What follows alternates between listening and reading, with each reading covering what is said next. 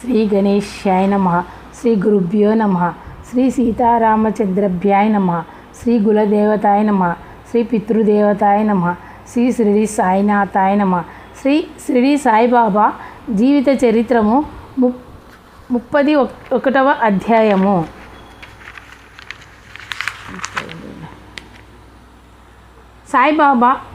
సాయిబాబా తొడుగు పొడవాటి లాల్చీలను తాత్య షిరిడీలో దర్జీగా పనిచేయు బాలాషింపితో కుట్టించేవాడు. అప్పుడప్పుడు కొందరు భక్తులు బొంబాయి నుంచి, పూనా నుంచి కూడా బాబా కొరకు మంచి పెద్ద సైజు కోట్లు తెచ్చి బహుకరించేవారు. వారి తృప్తి కొరకు బాబా కొద్ది రోజులు మాత్రమే తన వద్ద ఉంచుకొని తర్వాత తన ఆశ్రితులైన భక్తులకు ఇచ్చి వేసేవారు. ఇదే విధంగా బాబా వాడే పెద్ద సైజు బూట్లు, చిలుంగొట్టములు, సటకాలు, పెద్ద సైజు గంపలలో జిలేబీలు, పేడాలు భక్తులు వివిధ ప్రాంతాల నుంచి పంపుచుండేవారు. తినుబండారములు ఎక్కువగా వచ్చినప్పుడు షిరిడి గ్రామంలో తమ వద్ద తరచు వచ్చి పిల్లలకు పిలిపించి ద్వారకామాయిలో తన తొడపై కూర్చోబెట్టుకొని వారికి కడుపు నిండుగా పెట్టేవారు. ఆనాడు అలా బాబా వడిలో కూర్చున్న ఆ బాలుడు ఎంత ధన్యుడో కదా. షిరిడి ప్రవేశమే సర్వదుఃఖ పరిహారమని, ద్వారకామాయిలో ప్రవేశించిన చాలు సుఖ సంపదలు కలుగునని, బాబా నోటితో ఏ మాట అనినా అది జరిగి తీరునని, బాబా పాదములు అంటే ఏమి కోరి మొక్కినా అది సఫలమగునని జన బాహుళ్య ప్రచారం గాలిలో వ్యాపించు పరిమళం వలె మహారాష్ట్ర దేశమంతటా వ్యాపించను. ఎందరెందరో భక్తులు వచ్చి శివావతారుడైన శ్రీ సాయినాథుని కేవలం భౌతికమైన ఇంద్రియాల ఆసక్తికరమైన కోరికలనే కోరుచుండేటివారు. వారికి ఎన్ని రకములు బోధించినను తిరిగి వారి మనస్సు ప్రావంచిక లంపటములు ఎందే లగ్నమై ఉండేటిది తప్ప సత్యదృష్టి ఎందుండేది కాదు. బ్రహ్మ జ్ఞానియు తానే పరబ్రహ్మ స్వరూపుడు అయిన షిరిడి సాయినాథుడు సాధారణ భక్తులు కోరు బాహ్య ధనాదులతో కూడిన కోరికల వలన చాలా బాధపడుచుండేవారు. దినదిన ప్రవర్తనమవుతున్న అట్టి భక్తులతో విసిగిపోయిన విషయము ఒకనాడు స్వయంగా బాబా అన్న మాటలలోనే తెలుసుకుందాం. నేను చాలా కాలం నుంచి చూస్తున్నాను, అందరూ దొంగలే. అట్టి వారితోనే నేను మెలగవలసి వస్తున్నది, తప్పదు. అట్టి వాటిని సరిదిద్దుటకు రేయింపగలు నేను శ్రమపడుచు అల్లాను కూడా ప్రార్థించుచున్నాను. అల్లా నా ప్రార్థనను అంగీకరించుటలేదు. నేను జీవించినను అసువులు పాపినను నా ప్రార్థన అంగీకరించబడును. నేను వీరిని చేరి ప్రార్థించను. జనులు సాధారణంగా సత్ప్రవర్తన గలవారు కాదు, సాధువులు కారు, చంచలమైన మనస్సు గలవారు. ఏ కొద్దిమందో మంచి విషయములు ఏందో ఆసక్తులై నిజమైన ఆధ్యాత్మిక సాధన చేయుదురు. ప్రజలు అల్పబుద్ధులై నాకు బాధలను కలిగించుచుందురు. ఎప్పుడు ప్రాకృతికమైన భోగ ధనాదుల కొరకే నన్ను బాధించుచుండెదురు. ఈ విధముగా 1918 ప్రారంభంలోనే బాబా తన అవతారం చాలించక తప్పదన్నట్లుగా పరోక్షంగా సకారణంగాను సూచించాడు. అల్లా మాలిక్ అన్న అరబ్బీ పదము బాబా తరచూ అంటూ ఉండేవారు. ఎవరైనా భక్తులు నువ్వు గొప్పవాడవు అన్నప్పుడు అందరికంటే గొప్పవాడు దేవుడు, అందరికీ యజమాని దేవుడే, దేవునితో ఎవరు సమానం కాజాలరు. ఈ విశాల విశ్వాన్నంతటిని సృష్టించి పోషించి ఆఖరికి లయం గావించు ఆ దైవం ఎంత శక్తివంతుదో ఊహించండి. ఈ శక్తివంతుడైన దేవుడు మనలను ఎక్కడ ఏ విధముగా నిలిపినో అదే విధముగా మనము నిలిచి మనకిచ్చిన దానితో తృప్తిపడి సంతోషముగా ఉండవలెను.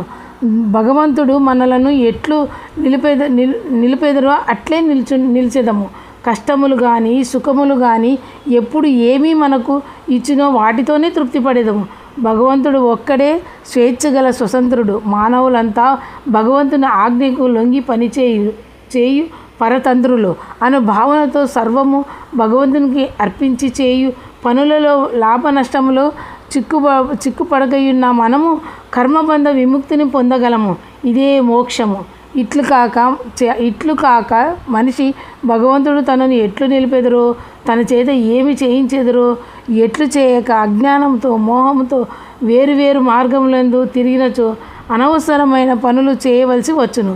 ఈ కర్మల ఫలితం అనుభవించుటకు అనేక జన్మలు ఎత్తవలసి వచ్చును. కాబట్టి జ్ఞానము మోక్షదాయకమగును. అజ్ఞానము జనన మరణ కారణాభూతమై జన్మ పరంపరల మూలమని గ్రహించి సద్గురువు నుంచి జ్ఞానమును పొంది జన్మరాహిత్యమును పొందవలెను కానీ అన్యమాశించరాదు అని చెబుతూ తన నుంచి మనం ఏమి ఆశించాలో ఏమి ఆశించకూడదో కూడా వారే చెప్పేవారు. ఇదే విధంగా ఈ భౌతిక ప్రపంచంలో మనము తిరుగుతున్నప్పుడు మన ప్రవర్తన ఏ సందర్భంలో ఎలా ఉండాలో కూడా సాయి స్వయంగా అనేక మందికి వివరించి చెప్పారు. ఎవరిని ద్వేషించవద్దు, ఎవరితోనూ పోట్లాడవద్దు, అన్ని ప్రాణులను ప్రేమించుము, ప్రతీకారపు బుద్ధి పెంచుకోవద్దు, ఎవరిని నిందించవద్దు. నీ గురించి ఎవరైనా కటువు మాటలు పలికినచో బాధపడక అక్కడ నుంచి తొలగిపోము. అప్పుడు వారి మాటలు నీకు గుచ్చుకొనవు. వారి చెడు మాటలు వారికే గుచ్చుకొని బాధపడెదురు. సోమరితనము వద్దు. ఎప్పుడు ఏదో ఒక మంచి పనిని చేయుచుండవలెను. ఏ పనిని చేయలేనప్పుడు సద్గ్రంథ పఠనము కానీ లేక దైవనామ స్మరణ కానీ చేయుము. ఎవరి యందు ఈర్ష్య, అసూయ, ద్వేషభావములు పెంచుకొనవద్దు. పిల్లలు తల్లిదండ్రుల మాటలను వినవలెను. వారికి పనులలో సహాయపడవలెను. ఎప్పుడూ సత్యమును కేవలము సత్యమునే పలకవలెను. ఎవరైనా మనతో ఈ 10 మాటలు మాట్లాడినా వారికి సమాధానం ఒక్క మాటలో చక్కగా అర్థమగినట్లు చెప్పవలెను. తిట్టుట, పోట్లాడుట, దెబ్బకు దెబ్బ అను భావనను వదిలి వేయవలెను. కీడు చేయి వారికి తిరిగి నువ్వు కీడు చేయవద్దు. వారికి కూడా మేలునే చేయము. సాధన కార్యక్రమంలో ఉండు వారికి బాబా చేసిన సూచనలు స్వల్పముగా భుజింపము, స్వల్పముగా నిద్రించుము. వివిధ భోజ్య పదార్థములకు ఆశ పడరాదు. 1 లేక 2 రుచులతో తృప్తి పడవలెను. పరాపరవాదములు, జీవహింసములు పనికిరావు. ఆత్మజ్ఞానమును పొందవలెనన్న ధ్యాన సత్యమును అవసరము. ధ్యానం వల్ల మనసు శాంతించును. శాంతించిన మనసు సమాధి స్థితిని పొందును. కోరికలు విడనాడి కానీ ధ్యానయందు మనసు నిలవదు. రుణానుబంధములు లేక ఏ జీవియు నీ వద్దకు రాదు. అందువల్ల మనిషి కానీ లేక ఇతర ప్రాణి కానీ నీ వద్దకు వచ్చినప్పుడు నిరాదరించి తరిమివేయవద్దు. ఈ విధముగా తన వద్దకు వచ్చు భక్తులకు వారి వారి స్థితిని బట్టి పరిస్థితిని బట్టి తగ సూచనలు ఇస్తూ ఉండేవారు. త్రికాల ఆరతులతో భక్త జన సందోహముతో ద్వారకామై నిత్య కళ్యాణం పచ్చ తోరణంగా ఉంటున్నది. బూటీకి తాను నిర్మించిన వాడాలో కృష్ణ విగ్రహం ప్రతిష్ఠించాలన్న కోరిక రోజు రోజుకి తీవ్రమవుతున్నది. కానీ బాబాను పదే పదే అడిగే ధైర్యం లేక తన కోరికను మనసులోనే దాచుకుంటున్నాడు. రామచంద్ర పాటిల్ బాలాశింపుల్ని మాత్రం తాత్య మరణం ఆసన్నమవుతున్నదని లోలోన భయంగానే ఉన్నది. నానా చందోర్కర్ అవకాశం దొరికినప్పుడల్లా తన ఉపన్యాసాల ద్వారా బాబా మహిమలను ప్రజలందరికీ వినిపిస్తూనే ఉన్నాడు. దాసకుడు హరికథలు నిరంతరం సాగే గంగా ప్రవాహం వలె బాబా లీలలను మహారాష్ట్రమంతటా ప్రవహింపజేస్తున్నాడు. బాబూసాహెబ్ జోగ్ నిత్య ఆరతులతో బాబాను సేవిస్తున్నాడు. మాల్సాపతి లాంటి సన్నిహితులు భక్తులు బాబా సహచరాన్ని దర్శన, స్పర్శక, సంభాషణల ద్వారా తనివి తీరి అనుభవిస్తున్నారు. వేల కొలది సామాన్య భక్తులు షిరిడీకి వచ్చి బాబాకు మొక్కి తమ మనోభీష్టాలను పొందుతున్నారు. తనకు మరణం ఆసన్నమవుతున్నది తెలియని తాత్య నీటిపై తేలు తామర పుష్పములే స్వచ్ఛమైన మనసుతో బాబాకు సేవలో లీనమైపోతున్నాడు. ఈ విధంగా సూత్రధారుడైన సాయి ఎవరితో ఏం చేయించాలో ముందే నిర్ణయించినట్లుగా అన్ని పనులు సక్రమంగా జరుగుతూనే ఉన్నాయి. ఆనందరావు కళ బాబా ఆదేశము పరకు కాకాసాహెబ్ దీక్షిత్ వాడాలో ప్రతిరోజు భావార్థ రామాయణములను చదువుతూ అందరికీ బోధించుచుండెను. ఒకనాడు ఏకాదశ స్కందనలోని ద్వితీయార్థంలో నాదుల వివరించిన భక్తి ప్రవర్తనల గురించి చర్చించాను. వారి బోధించిన భక్తి మార్గంలో మనం చేరువేట్లు అని కాకాసాహెబ్కు సంశయం కలిగాను. శ్యామ వారి భావనకు అంగీకరించక తనకు బాబాపై గల భక్తి కూడా తక్కువ కాదని వాదించాను.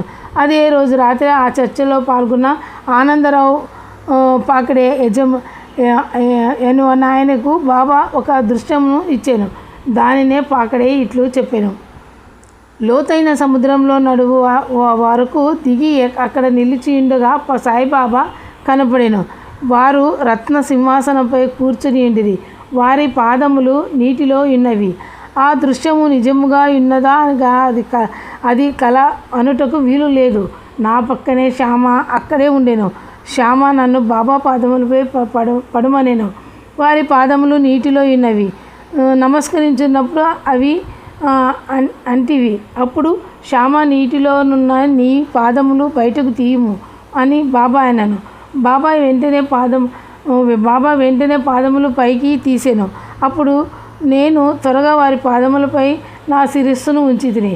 బాబా నన్ను దీవించి, ఇంక వెళ్ళుము, నీవు మేలు పొందేదవు, ఆలోచనలు భయము పొందవలసిన పని లేదు. శ్యామకు పట్టుపంచ దానం చేయము, మేలు పొందేదవు అని చెప్పిరి. నీటిలో బాబా పాదములుండుట అనగా మనోచాంచల్యముచే గురుపాదములను చూడలేమని భావన. శ్యామ బాబాను పాదములు పైకి పెట్టుమనుటకు స్థిర నమ్మకం గల వారితో సత్సంగాత్యం చేయుటచే గురువును పొందవచ్చుననే భావన.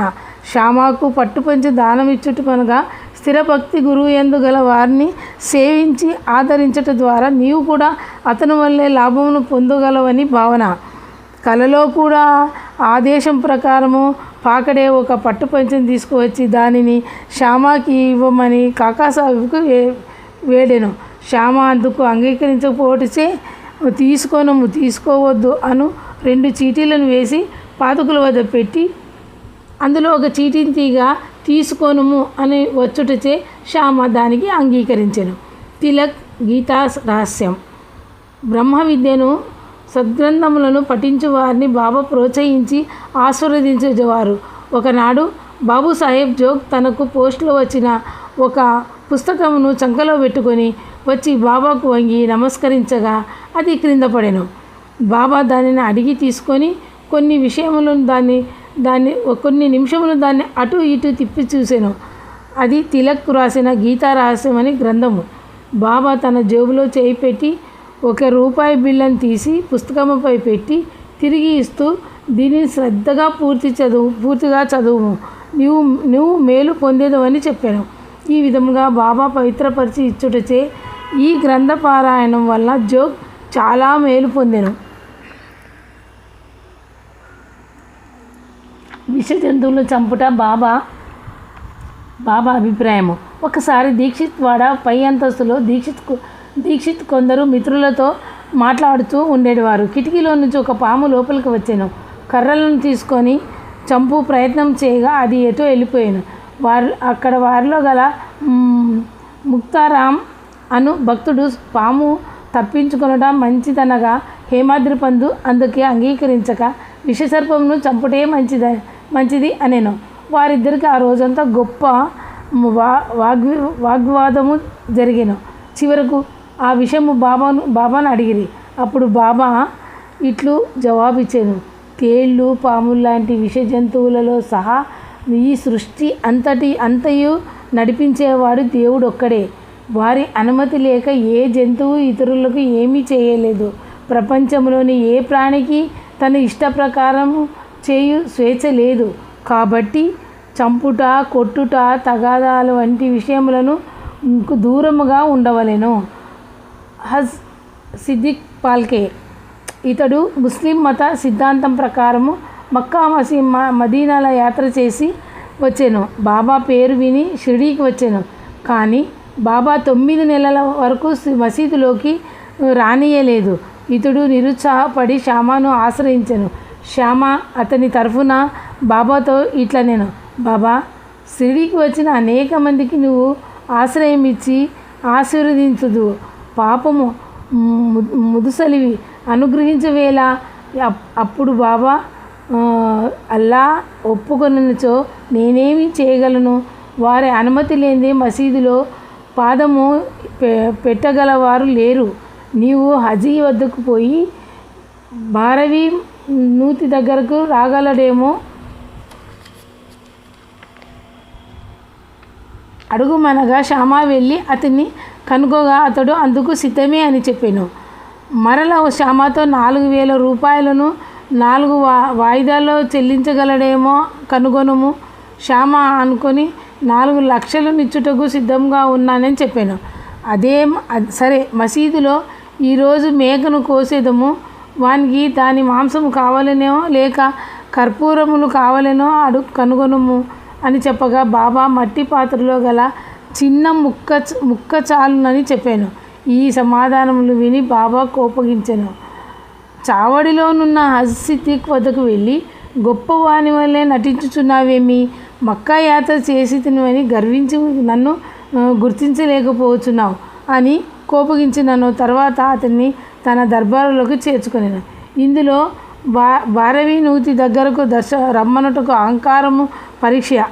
భారవి నూతి దగ్గరే ఎందుకు పోవలేను అని తలిచినా అది అహంభావనకు గుర్తు. రూపాయల అడుగుటచే అతని త్యాగము శ్రద్ధ తెలియను. మాంసము కావాలనో కర్పూరములు కావాలనో అనే అడుగుటకు జిహ్వ చాపల్య గుణములను తెలియజేయను. ఈ 3 విధాల పరీక్షించిన మీదట అతనికి తన వాణిగా బాబా చేసుకొనెను. అబ్దుల్ బాబా బడే బాబా అబ్దుల్ నాందేడ్ నివాసి. 16 సంవత్సరముల వయసు నుండి నాందేడ్లోని ఫకీరు అమీరుద్దీన్ అను సాధువులు సేవించుచుండేవాడు. 1989లో సాయిబాబా అమీరుద్దీన్ స్వప్నంలో కనిపించి అతని చేతిలో 2 మామిడి పళ్ళను పెట్టి అబ్దుల్ను తన వద్దకు పంపమనగా చెప్పాను. మేల్కొని చూసేసరికి అతని చేతిలో నిజంగానే 2 మామిడి పళ్ళు ఉండెను. వాటిని అబ్దుల్కి ఇచ్చి అతనిని షిరిడీకి వెళ్ళి సాయిబాబాను ఆశ్రయించి వారి సేవ చేయమని చెప్పాను. వెంటనే అబ్దుల్ షిరిడీకి వచ్చాను. అతనిని చూసి, బాబా నా కాకి వచ్చినది అనేను. నీవు ఇంతవరకు ఆలోచనలు పనులు లేకుండా నా సేవ చేయమని బాబా అతనితో చెప్పాను. అప్పటి నుంచి అబ్దుల్ మసీదుకు దాని పరిసర ప్రాంతాలు తిరుగార్చు ఊడ్చి శుభ్రపరిచేవారు. లెండీబాగ్ సమీపంలోని గల లాంతర్లు గ్లాసులు తుడిచి శుభ్రపరిచేవారు. తీరిక సమయంలో బాబా చెంత కూర్చొని ఖురాన్ చదువుతుండేవాడు. లెండి తోటలో గల నందా దీపం దగ్గర అబ్దుల్ ప్రతిరోజు 2 కుండలు నిండుగా నీరు పెట్టేవారు. బాబా ప్రతిరోజు సాయంత్రము వేళ నిర్ణీత కాలమున అక్కడ కొంతసేపు కూర్చునేవారు. అప్పుడు కుండల్లో నీటిని చేతితో తీసుకొని ఏమేమో చదువుతూ అన్ని దిక్కుల వైపు చల్లేవారు. ఆ తర్వాత లేచి నీరు చల్లిన ప్రతి దిక్కు వైపు తిరిగి తీక్షణంగా చూచుచుండేవారు. అన్ని దిక్కులను ఎందుగల తన భక్తులను రక్షించుటకు గాను బాబా ఇలా చేసేవారని అది చూసిన భక్తులు అనుకునేవారు. అబ్దుల్ ఒక రాత్రి అంతయు మోకాళ్ళపై రాలి తలను ముందుగా చేతులు ఉంచుకొని ఉండగా, చంద్రుని చూడదలుచుకుంటివా అని బాబా అడిగాను. ఇట్లు కొంతసేపు ఉన్న తర్వాత నిద్రమత్తులోకి అబ్దుల్ బాబాపై పడాను. బాబా అతన్ని తట్టి లేపి, చంద్రుని చూచెదులే అని లేచి పరుండమని చెప్పాను. మరుసటి రోజు మధ్యాహ్నము దోసిటిలో నీరు తీసుకొనగా అందులో చక్కగా చంద్రుడు కనిపించాను. బాబా యొక్క దుస్తులను అబ్దుల్ ప్రతిరోజు షిరిడీలో దగ్గరలో గల వాగులో ఉతుకుచుండేవారు. ఇమాం భాయి చోటే ఖాన్ ఇతడు నిజాం పట్టు ప్రభుత్వంలో సిపాయి ఉద్యోగము చేసేవారు. ఒకసారి పోలీసులకు విచారణలో సరిగా తోడ్పడలేదని ఒక క్రైస్తవ ఉపాధ్యాయుని ఇతడు చావబాదెను. ఇతని దెబ్బలకు నోట నెత్తురు కుక్కుతూ ఉపాధ్యాయుడు మూర్ఛిల్లెను. అతడిని ఉద్యోగమునకు వదిలి పెట్టి రాష్ట్రం దాటి బయటకు వెళ్ళిపోమని, లేనిచో శిక్ష తప్పదని పై అధికారులు చెప్పిరి. అందుచే ఉద్యోగమునకు రాజీనామా చేసి నైజాం రాష్ట్రమునందు వదిలి మహారాష్ట్రలో ప్రవేశించి బాబా ఆశీర్వాదంతో శిక్ష తప్పించుకోగలిగిన ఇతని షిరిడీకి వచ్చాను. 2వ రోజు బాబాకు నమస్కరించగా, అల్లా మాలిక్ భయం వలదు, నీకు శిక్ష పడకుండా చూసేదనని బాబా అభయం ఇచ్చాను. అతడు 2 నెలలు షిరిడీలో ఉన్న తర్వాత ఒకరోజు బాబా అతన్ని, నీవు ఇంటికి తిరిగి వెళ్ళుము, నీ భూములకు సంబంధించిన కేసులు నీకు అనుకూలంగా పరిష్కారమగును అని చెప్పాను. అతని మేనత్తకు అతని భూముల గల తగాదాలుండెను. ఈ విషయము బాబాకు చెప్పకపోయినను తెలుసుకొని ఆశీర్వదించాను. ఈ విధంగా చాలాసార్లు షిరిడీకి వచ్చి చోటే ఖాన్ యొక్క సలహాలను ఆశీర్వాదాలను పొంది భౌతికంగానే కాక ఆధ్యాత్మికంగా కూడా కొంత పురోభివృద్ధి పొందాను. బూటీకి ప్రాణగండం. ఒకరోజు షిరిడీకి నానాసాహెబ్ డెంగెలే అను జ్యోతిష్కుడు వచ్చాను. ఒకనాడు అతడు బూటీని చూసి, ఈ దినము నువ్వు ప్రాణగండం ఉన్నదని చెప్పాను. ఆ తర్వాత మామూలుగానే బూటీ ద్వారకామాయికి వెళ్ళి బాబా పాదముల చెంత కూర్చుండెను. బాబా బూటీతో, ఈ నాన్న ఏమంటున్నాడు? నీకు మరణం ఉన్నదని చెప్పుచున్నాడుగా, మృత్యువు నిన్నెట్లా చంపగలదో చూచెదను గాక, నీవు భయపడుకు. ఆనాటి సాయంత్రం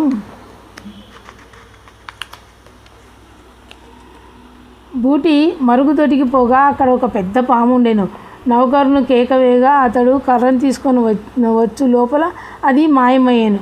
బాబా ఇచ్చిన అభయమును గుర్తు తెచ్చుకొని బూటీ సంతోషించాను. నిజమునకు ఆ విషసర్పము అతన్ని కరిచి ఉండవలసి యోగం ఉండవచ్చును. దానిని కర్తవ్యం ప్రకారం అది వచ్చెను. కానీ బాబా వాక్కుల ప్రభావం వల్ల అది అతన్ని ఏమీ చేయలేక వెళ్ళిపోయాను. అమీర్ షక్కర్. ఇతడు షిరిడీకి దగ్గరలో గల కొరాలే అనే గ్రామంలో కసాయి జాతికి చెందినవాడు. బాంద్రాలో కమిషన్ వ్యాపారం చేయుచుండేవాడు. ఇతడు కీలవాతం జబ్బుతో బాధపడుచుండెను. బాబా మహిమలు విని వ్యాపారమును వదిలి బాబా చెంతకు చేరెను. చావడిలో కూర్చొని ఉండమని బాబా ఆదేశించెను. అప్పట్లో చావడి చాలా త్వరగా చెమ్మగిల్లుతూ ఉండేది.